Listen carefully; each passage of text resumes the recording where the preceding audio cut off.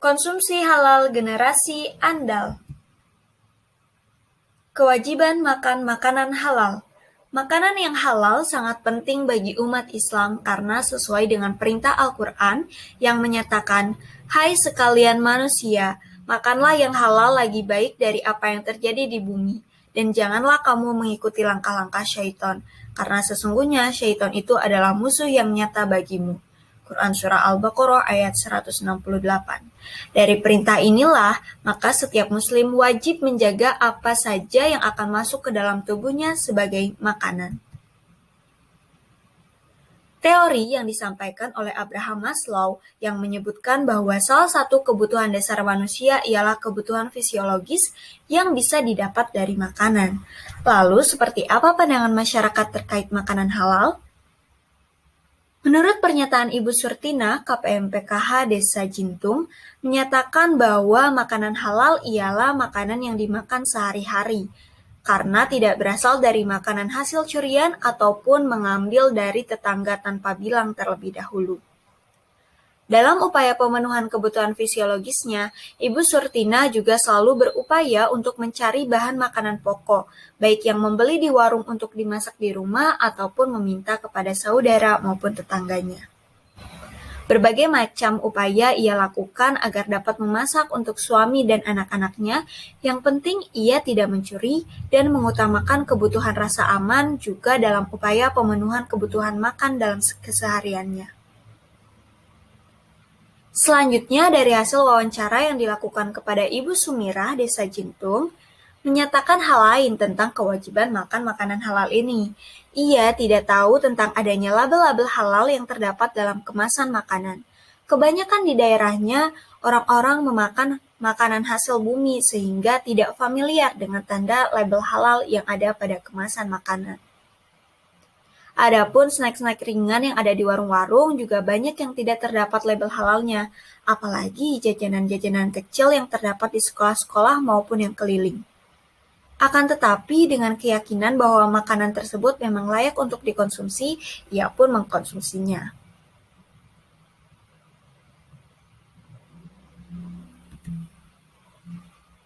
Dari penjelasan lain, Ibu Samini dalam FGD, beliau menyatakan bahwa dalam upaya pemenuhan kebutuhan makan sehari-hari tidak pernah memusingkan perkara halal ataupun haram. Sebenarnya, menurut ia, cukup tidak memakan anjing dan babi saja itu sudah cukup membuat ia yakin bahwa yang lain-lainnya adalah halal. Oleh karena itu, perspektif masyarakat tentang halal begitu sederhana, yaitu makanan selain anjing dan babi serta dihasilkan bukan dari mencuri. Tradisi pinjam-meminjam.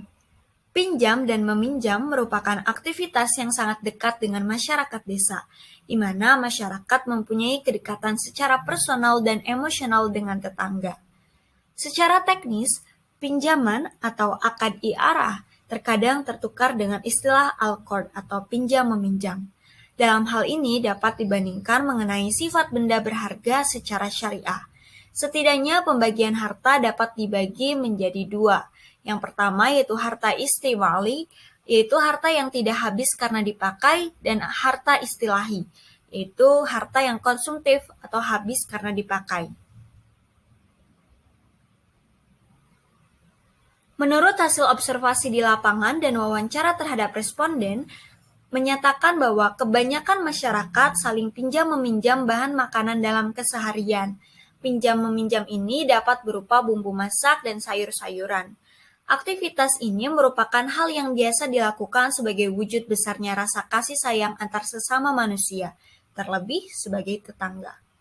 Akan tetapi, ada beberapa dampak yang dapat ditimbulkan, yaitu adanya rasa ketidakikhlasan dari orang yang dipinjami apabila yang meminjam lama tidak mengembalikan. Dampak ketidakikhlasan yang ditimbulkan dapat menyebabkan barang yang semula hukumnya halal berubah menjadi haram. Penting untuk dipahami bahwa halal bukan saja dari barangnya atau halal zati, tetapi juga dari cara memperolehnya atau halal hukmi. Selain pinjam-meminjam, aktivitas lain yang sering dilakukan oleh masyarakat keluarga prasejahtera yaitu mengambil barang orang lain tanpa memberitahu terlebih dahulu.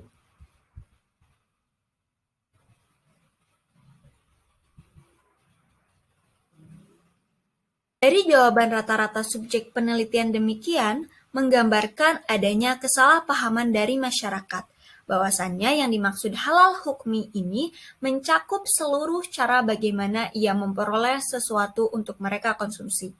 Jika seseorang makan makanan dari sesuatu yang cara memperolehnya salah, maka dapat dikatakan bahwa makanan itu tidaklah halal. Boleh tidaknya sayuran itu dipetik dari yang memiliki belum jelas, jadi dapat dikatakan itu syubhat atau sesuatu yang belum jelas halal dan haramnya. Hal ini juga dijelaskan dalam hadis riwayat Bukhari dan Muslim. Dan barang siapa yang terjerumus dalam perkara syubhat, maka akan terjerumus dalam perkara yang diharamkan. Dari sinilah dapat dikatakan bahwa sebaiknya sebagai muslim, tinggalkanlah sesuatu yang syubhat, karena yang syubhat sangat dekat dengan keharaman.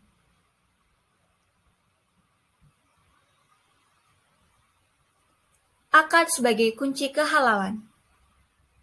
Az-Zarkashi menjelaskan makna al-aqd yang secara bahasa berarti berkata, yang kemudian ditransformasikan secara syar'i menjadi keterikatan atau pertautan ijab dan qabul, seperti akad jual beli, nikah, dan sebagainya.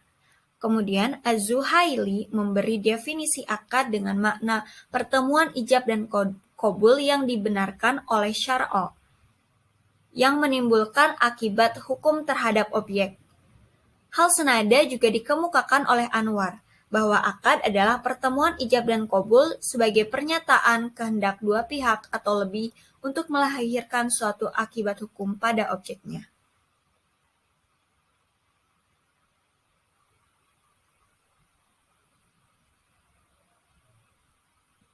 Aktivitas makan makanan sangat erat kaitannya dengan aktivitas ekonomi, baik jual beli, pinjam meminjam, utang piutang, dan lainnya.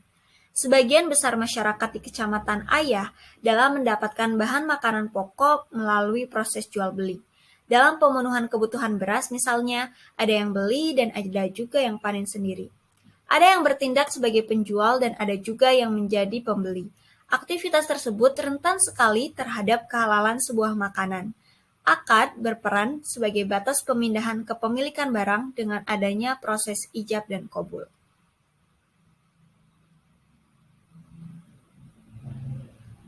Konsistensi konsumsi halal. Sumber keberkahan hidup muslim dalam keluarga dan rumah tangganya diantaranya adalah dengan konsumsi yang halal.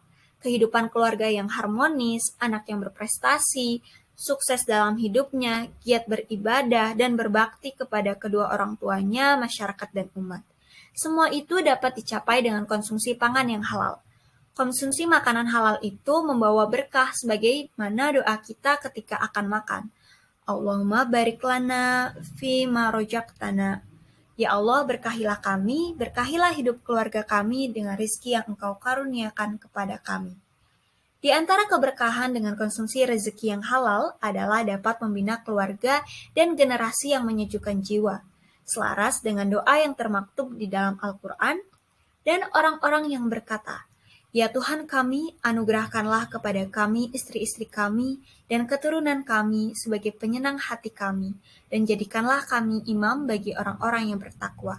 Quran Surah Al-Furqan. Jika orang mengaku muslim tapi tidak peduli dengan kehalalan dan konsumsi, berarti dia melanggar perintah Allah yang telah mewajibkan hal ini. Konsistensi dengan hidup halal terbukti menghasilkan hidup berkah dan dapat membentuk generasi yang andal di medan perjuangan dakwah. Seperti cerita sebagai berikut. Secara aplikatif, masyarakat KPM PKH Kecamatan Ayah selalu menjalankan komunikasi baik dengan tetangga sekitar. Apabila mempunyai tanaman palawija, sayur-sayuran di pekarangannya, maka dengan ikhlas hati membolehkan siapapun yang membutuhkan untuk memetiknya. Dengan akad demikian, maka siapapun yang memetik maka akan terhindar dari syubhat dan bisa mendapatkannya dengan halal. Bentuk komunikasi seperti ini hanya bisa dilihat di